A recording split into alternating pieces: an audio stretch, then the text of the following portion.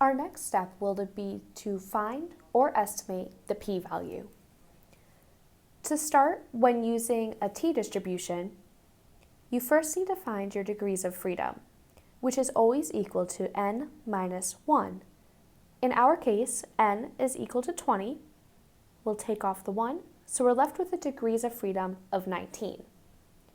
You will now move to your t-distribution table, and on the leftmost column, you'll find degrees of freedom. You want to find the row that has 19 listed.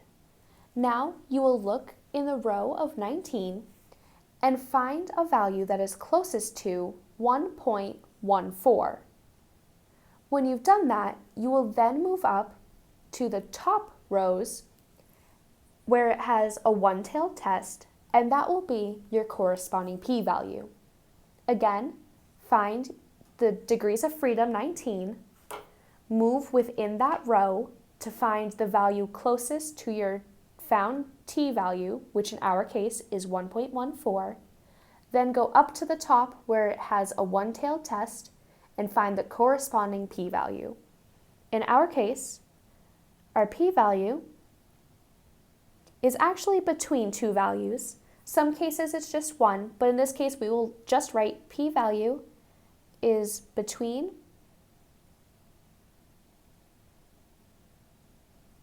0.125 and 0.250. Our next step is, based on your answers in part A through E, will you reject or fail to reject the null hypothesis? Are the data statistically significant at level alpha? In this case, our p-value is between 0.125 and 0.250. Either way, both of those values are greater than our alpha level of 0.10, so we will fail to reject our null hypothesis.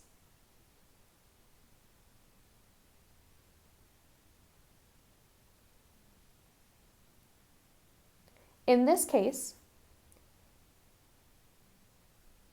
the data are not statistically significant.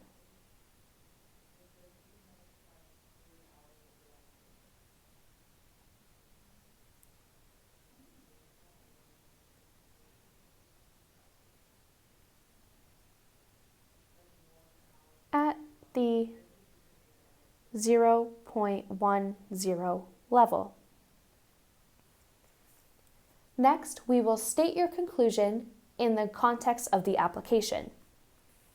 So we will take what we just did in part F and almost rephrase it, as well as including the parts A through E.